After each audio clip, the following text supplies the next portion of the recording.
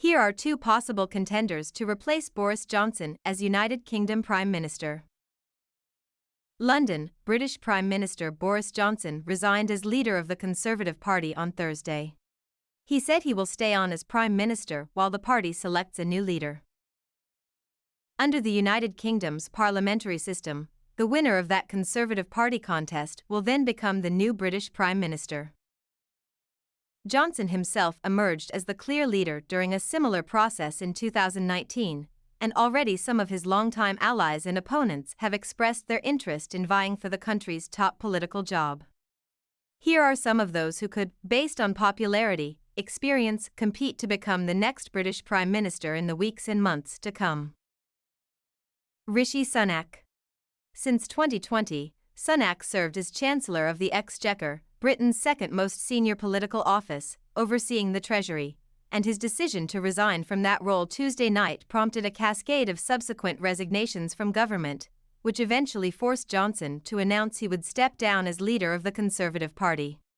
A former investment banker, he was first elected as a lawmaker in 2015. His popularity with the British public as a top cabinet member soared during the coronavirus pandemic, as his Treasury Department announced a series of policies that provided many citizens with financial support.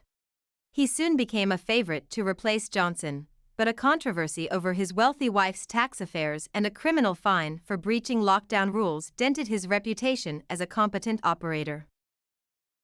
Sajid Javid.